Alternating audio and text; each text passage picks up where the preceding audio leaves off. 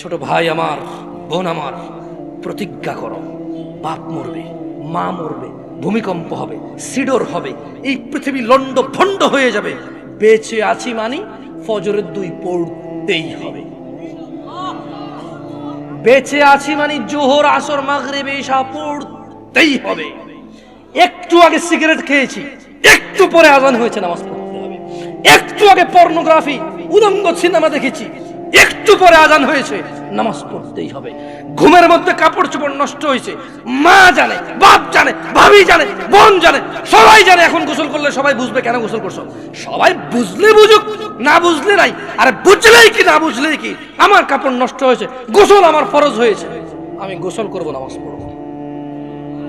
রাতে আমার ঘুম আসে নাই, বন্ধু বান্ধবের পাল্লায় পড়ে সারা রাত বসে বসে উলঙ্গ ছবি দেখেছি, যা অত্যন্ত ঘৃণিত এবং যা আমার জীবনকে তছনছ করে দেবে, যা আমার জীবনের বরকত নষ্ট করে দেবে, যা আমাকে লাঞ্ছিত অপমানিত করবে, এমন অপরাধে লিপ্ত ছিলাম। কারণ এই জানাবে বিচার যে করবে, যে জানার সাথে জড়িত, সে অপদস্থ হবেই হবে।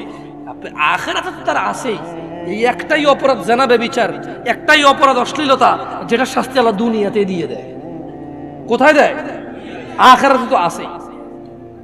সারা রাত উলঙ্গ ছবি দেখেছো, দেখে নিজের জামা কাপড় নষ্ট করেছো, অপবিত্র করেছো নিজেকে, অসুবিধা নাই। গুনাহ যা হওয়ার হয়ে গেছে, গুনাহ নিয়ে পড়ে থাকলে চলবে না।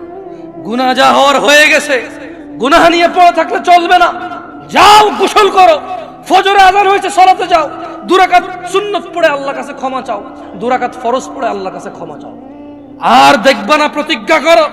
আবার দেখে ফেলেছো, অসুবিধা নাই, জোহর আযান হয়েছে, যাও মসজিদে, যাও গোসল করে 2 রাকাত নামাজ পড়ো, আল্লাহর কাছে ক্ষমা চাও, প্রতিজ্ঞা করো। আর দেখবা না। আবার দেখে ফেলেছো, অসুবিধা নাই, পরের ওয়াক্ত আযান হয়েছে, যাও মসজিদে যাও। কারণ মনে রাখবা, সকল অপরাধ গুনাহ নামাজ যদি ছুটে যায় কুফরিয়া শিরকি হয়ে যাবে, ছাড়া যাবে না নামাজ। আমি কি বুঝাইতে পেরেছি? তোমরা কি, আমি যে জন্য আসছি, আমি কি তোমাদেরকে কোনো মেসেজ দিতে পারছি? পারছি তো? তাহলে এবার আমি বিদায় নেই। জাযাকুমুল্লাহ খায়র ওয়া আহসানাল জাযা।